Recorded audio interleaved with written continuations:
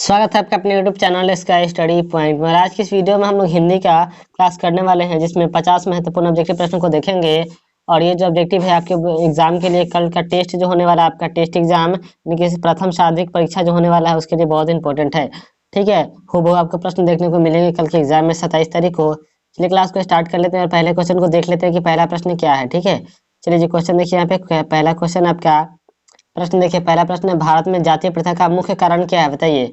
तो पहला का करेक्ट है, सभी लोग बताइएगा। सभी लोग लाइव चैट में जो अपना आंसर भरते रहिए कि लाइव चैट में आप लोग यहीं पे टेस्ट दे दीजिए आप लोग। ठीक है, तो बताइए कि लाइव चैट में आपका आंसर क्या होगा वन का। तो वन का जो भी स्टूडेंट ऑप्शन सी बता रहे हैं, उद्योग धंधों की कमी, उनका बिल्कुल ही करेक्ट आंसर है। अगला क्वेश्चन देखिए, दूसरा नंबर प्रश्न आपका क्वेश्चन है, विष के दांत शीर्षक पाठ की विधा है।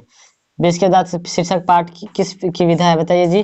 तो विष की दांत जो है वो किस कैसी के है, निबंध है, कहानी है, रेखा चित्र है या डायरी है। तो जो भी स्टूडेंट ऑप्शन बी बता रहे हैं कहानी, इनका बिल्कुल ही करेक्ट आंसर हो जाएगा। अगला क्वेश्चन देखिए, प्रश्न आपका, किस गवर्नर जनरल के समय 172 दारिश नामक सोने से भरा घड़ा मिला था, बताइए। तो थ्री का जो भी स्टूडेंट ऑप्शन सी बता रहे हैं वारिंग हेगिस्ट्रॉन, ऑप्शन नंबर सी उनका बिल्कुल ही करेक्ट आंसर है। अगला प्रश्न आपका, पुराने कामों सब समय वचनीय ही नहीं होता, यह पंक्ति किस शीर्षक पाठ की है, बताइए।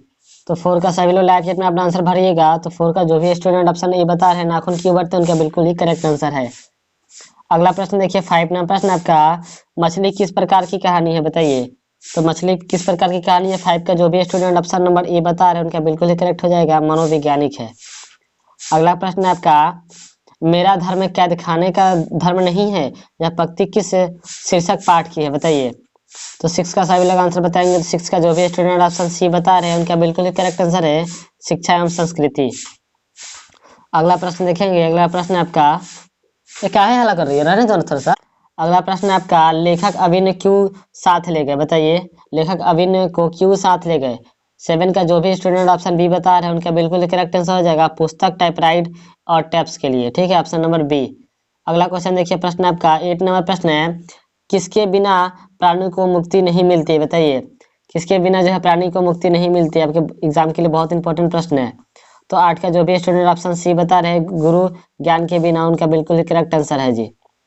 अगला प्रश्न देखिए, 9 नंबर प्रश्न आपका, सवैया एवं छंद के सिद्धत कवि थे, कौन थे भाई। तो 9 का जो भी स्टूडेंट ऑप्शन नंबर ए बता रहे हैं रसखान, उनका बिल्कुल करेक्ट आंसर हो जाएगा। अगला प्रश्न देखेंगे, प्रश्न आपका, घानानंद किस भाषा के कवि है, बताइए।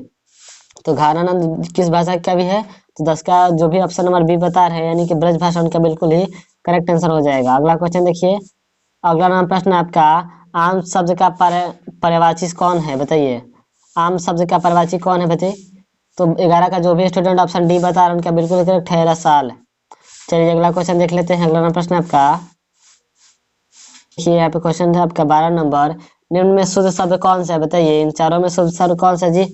अनाधिकार ऐसे लिखा जाता है, अनधिकार होता है, अनधिकार या अनाधिकार होता है। तो 12 का जो भी स्टूडेंट ऑप्शन नंबर ए बता रहे हैं अनाधिकार, उनका बिल्कुल करेक्ट आंसर है। अगला प्रश्न आपका, अमरन अमरन शब्द में उपसर्ग क्या है, बताइए। तो अमरन शब्द में जो है उपसर्ग कौन सा हो जाएगा जी।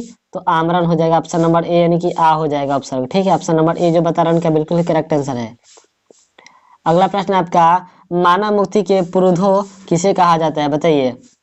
14 का जो भी स्टूडेंट ऑप्शन नंबर सी बता रहे हैं उनका बिल्कुल करेक्ट आंसर है, भीमराव अम्बेडकर को, ऑप्शन नंबर सी हो जाएगा। अगला क्वेश्चन देखिए, प्रश्न आपका, मैं तो खोखा को इंजीनियर बनाने जा रहा हूँ, यह कथन किसकी है, बताइए। बहुत फेमस कथन है आपका, किसकी है जी। तो वह है सेन साहब का, ऑप्शन नंबर ए जो बता रहे हैं उनका बिल्कुल करेक्ट आंसर है। अगला प्रश्न है आपका, निर्वसन विद्या का संबंध किससे है, बताइए। निर्वसन विद्या का संबंध जो है किससे है। 17 का जो भी स्टूडेंट ऑप्शन बी बता रहे हैं मानव विज्ञान से, उनका बिल्कुल ही करेक्ट आंसर हो जाएगा। अगला प्रश्न आपका 18 नंबर, किस देश के लोग बड़े बड़े नख पसंद करते हैं, बताइए। किस देश के लोग जो है बड़े बड़े नाखून रखते हैं जी। तो वो हो जाएगा गौर देश के, ऑप्शन नंबर डी जो बता रहे हैं उनका बिल्कुल ही करेक्ट आंसर हो जाएगा। अगला क्वेश्चन, प्रश्न आपका, सूर्य नामक पुस्तक किनकी रचना है, बताइए। तो सूर्य नामक पुस्तक है वो किनकी रचना है जी। तो अनिश का जो भी स्टूडेंट ऑप्शन सी बता रहा है गुणाकर मूल्य, उनका बिल्कुल करेक्ट आंसर हो जाएगा।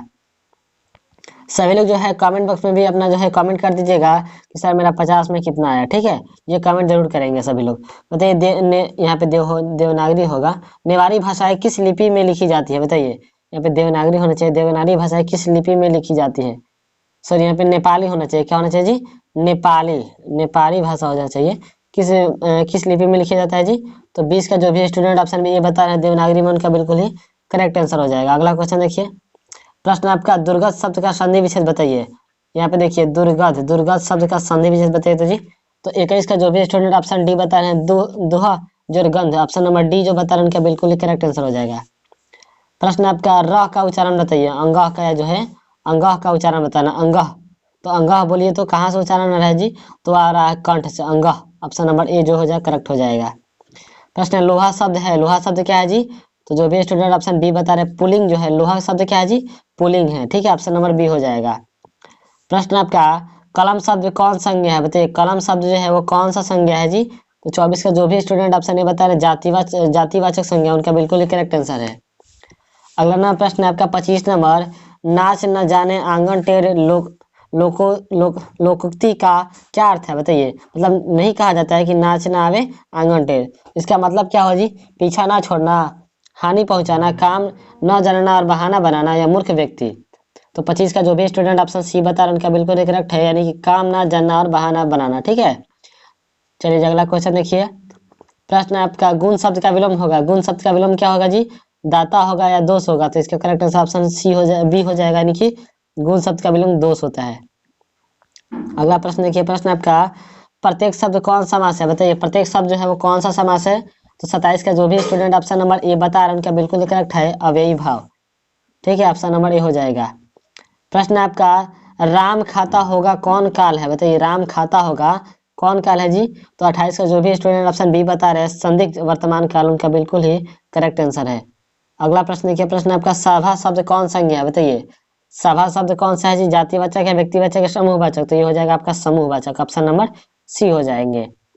प्रश्न आपका आग शब्द है, आग शब्द क्या है जी, तो आग शब्द जो भी स्टूडेंट ऑप्शन बी बता रहे तद्भव, उनका बिल्कुल ही करेक्ट आंसर है, यानी कि तद्भव हो जाएगा। प्रश्न आपका मंगम्बा मिठाई किसके लिए ले जा रही थी बताइए, मंगम्बा जो थी वो मिठाई किसके लिए ले जा रही थी जी, तो 31 का जो भी स्टूडेंट ऑप्शन नंबर ए बता रहे हैं उनका बिल्कुल करेक्ट है, पोता के लिए, ठीक है।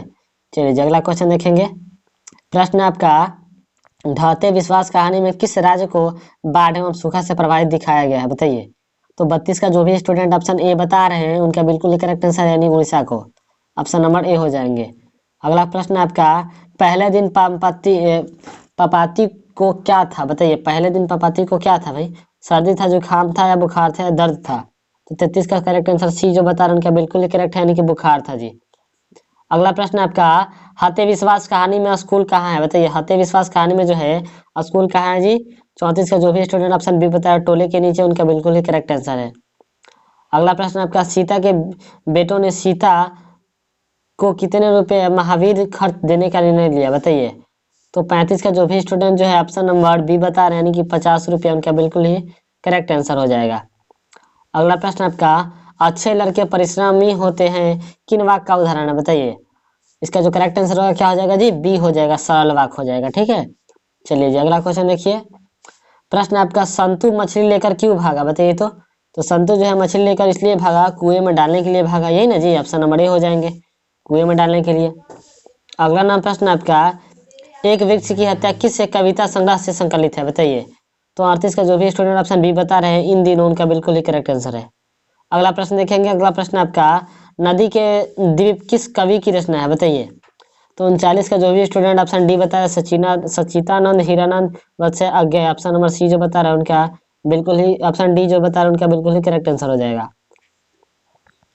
प्रश्न देखिए 40 नंबर क्वेश्चन आपका सदियों की ठंडी बुझा राख सुगबुगा उठी मिट्टी सोने का ताज पहन इठलाती है, किस कविता की पंक्ति है बताइए, तो 40 का जो भी स्टूडेंट ऑप्शन डी बता रहे हैं जनतंत्र का जन्म, उनका बिल्कुल ही करेक्ट आंसर हो जाएगा।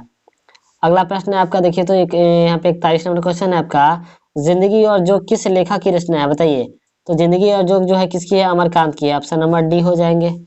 अगला प्रश्न देखिए, प्रश्न आपका बहादुर को लेकर कौन आया था बताइए, तो बहादुर के लेकर कौन आया था जी, तो लेखक का साला, ऑप्शन नंबर बी हो जाएगा, लेखक का साला लेकर आया था। अगला क्वेश्चन देखिए, प्रश्न आपका 43 नंबर क्वेश्चन आपका लेखक रामविलास शर्मा के गांव का क्या नाम था बताइए, तो उनके गांव का जो नाम था क्या था जी, उचगांव सानी था, उचगांव सानी, ऑप्शन नंबर जो बी बता रहा है उनका बिल्कुल करेक्ट है। अगला प्रश्न देखिए, अगला क्वेश्चन आपका पंडित बिरजू महाराज किस घराने से वंशज थे, बताइए। तो 44 का जो भी स्टूडेंट ऑप्शन बी बता रहा है उनका बिल्कुल करेक्ट है, इमराव घराने से। अगला क्वेश्चन देखिए, नहीं सॉरी यहाँ पे लखनऊ घराना हो जाएगा, क्या लखनऊ घराने से हो जाएगा। अगला क्वेश्चन देखिए तो प्रश्न आपका, भौतिकवाद का अर्थ है भाग्यवाद नहीं है, किस निबंध की पंक्ति है, बताइए। 35 का जो भी स्टूडेंट ऑप्शन बी बता रहे हैं यानी कि परंपरा का मूल्यांकन उनका बिल्कुल करेक्ट आंसर हो जाएगा। अगला क्वेश्चन देखिए, नहीं यहाँ पे क्वेश्चन क्या आंसर हो क्या होगा जी। प्रश्न आपका, भौतिकवाद का अर्थ भाग्यवाद नहीं है, किस निबंध की पंक्ति है, तो ये नाखून क्यों उभरते का हो जाएगा। आंसर गलत दिया था, ऑप्शन डी हो जाएगा इसका, नाखून क्यों उभरते, ठीक है करेक्ट आंसर। अगला प्रश्न देखिए, बिरजू महाराज का संबंध है, बिरजू महाराज का संबंध किससे है जी। तो हो जाए क्या क्या चीज, ना तबला वादन से है, ना संतूर से है, ना बांसुरी से। ऑप्शन डी हो जाएंगे, इनमें से कोई नहीं। अगला प्रश्न देखिए आपका, ये अंतिम प्रश्न है, निम्न में निश्चय शब्द का विलोम कौन सा होगा, बताइए। निश्चय शब्द का विलोम क्या होगा जी। तो वो आपका सीधा से दिख रहा है कि क्या विनिश्चय, ऑप्शन नंबर क्या हो जाएगा, अनिश्चय हो जाएगा, option number C is correct हो जाएंगे। चलिए अगले आज के लिए बस इतना ही, मिलते हैं अगले वीडियो में, तब तक के लिए जय हिंद दोस्तों। और सभी लोग कमेंट बॉक्स में जो अपना जो है नाम भर देंगे और बताएंगे कि हमारा जो है 50 में कितना है, ठीक है। मिलते हैं अगले वीडियो में, तब तक के लिए जय हिंद दोस्तों।